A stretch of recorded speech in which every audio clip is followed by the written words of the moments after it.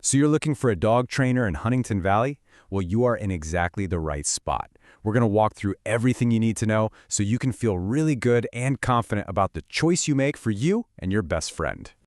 You know, your dog is such a big part of your life here in Huntingdon Valley. And we want them to be a happy, well-behaved neighbor, right? Good troning is what makes that happen. It makes those walks around the block, bumping into neighbors. It just makes everything more enjoyable and less stressful for everyone involved. Okay, so here's what we've got on the agenda. We'll touch on why training specifically for Huntingdon Valley matters. Then we'll get into what makes a trainer truly great, the different kinds of programs out there, and of course, what it all costs. We'll also cover the local rules you gotta know and wrap up with a handy checklist for when you're ready to start talking to trainers. All right, first up, training for Huntingdon Valley. Let's talk about why the local scene really matters here. So what does that really look like? Well, we're talking about preparing your dog for real life here. Think calm walks down your street, polite greetings when a neighbor stops to chat, and maybe even a quiet car ride without a fuss. That's the goal, right? A dog that's just a joy to have around no matter where you are in town. Okay, next up, what makes a great trainer? I mean, how do you really know? It pretty much boils down to their philosophy and their credentials. Let's talk about positive reinforcement. This is the training method that pretty much all the top professionals recommend. It's all about using rewards like treats or praise to encourage the behaviors you want to see. It's not about force or punishment. This approach really helps build a foundation of trust and a super strong bond with your dog. Now, you might see a bunch of letters after a trainer's name, like CPDTKA or KPACTP, and you might think, what in the world is that? Well, it's not just alphabet soup.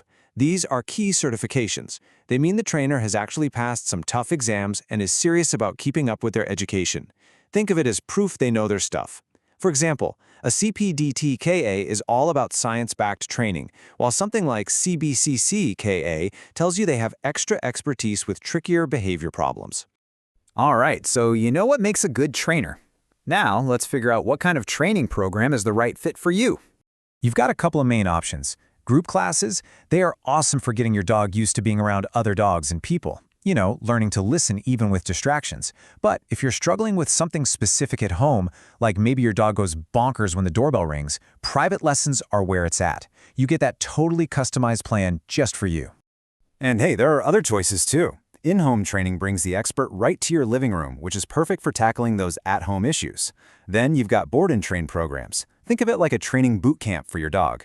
And there's also day training, which is a nice in-between option where your dog gets professional training while you're at work. Okay, let's get down to brass tacks, money. We need to talk about local training costs so you can figure out what to budget. So, as you can see, the costs really do vary. A group class that runs for several weeks will probably set you back a few $100s.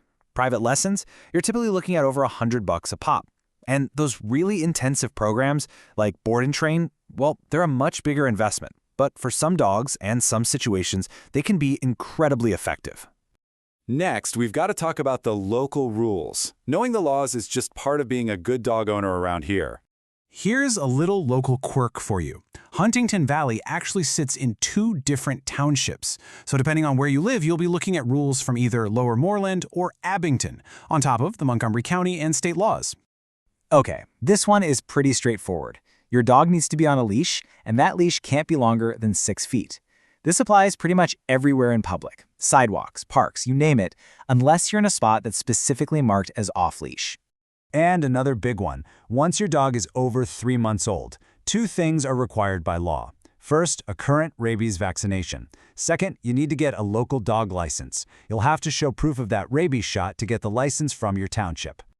All right, we're on the home stretch. To help you tie it all together, we've got a final vetting checklist for you. So when you start calling up trainers, have these questions ready to go. You'll want to ask about their methods, their credentials, and how they'd create a plan just for your dog. Also, get the full scoop on costs and ask how you'll both track progress. A really good trainer will be more than happy to talk through all of this with you. Their answers will tell you everything you need to know about whether they're the right person for the job. You know, putting in the effort to find the right training really pays off. It's what gets you to those peaceful walks in Pennypack Park, or just being able to relax at home with your dog. It makes life easier and builds an incredible bond. We hope this helps you find the perfect training partner to get you there.